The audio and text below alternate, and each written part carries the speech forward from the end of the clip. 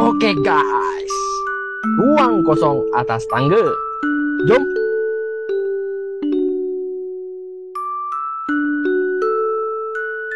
Ini merupakan ruang kosong yang dijadikan loteng di atas tangga, di atas ruangan tangga. Loteng ini bersaizkan 4,5 kaki kali 6 kaki, berlantaikan SPC tanpa skirting, low budget. Asalnya nak guna epoxy je, tapi belanjalah SPC.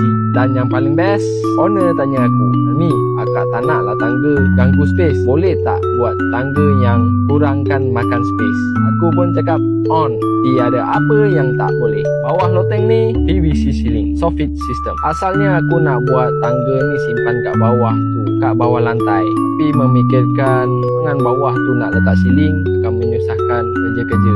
Jadi apa yang aku boleh buat, buatlah tangga lipat simpan. Moga bermanfaat.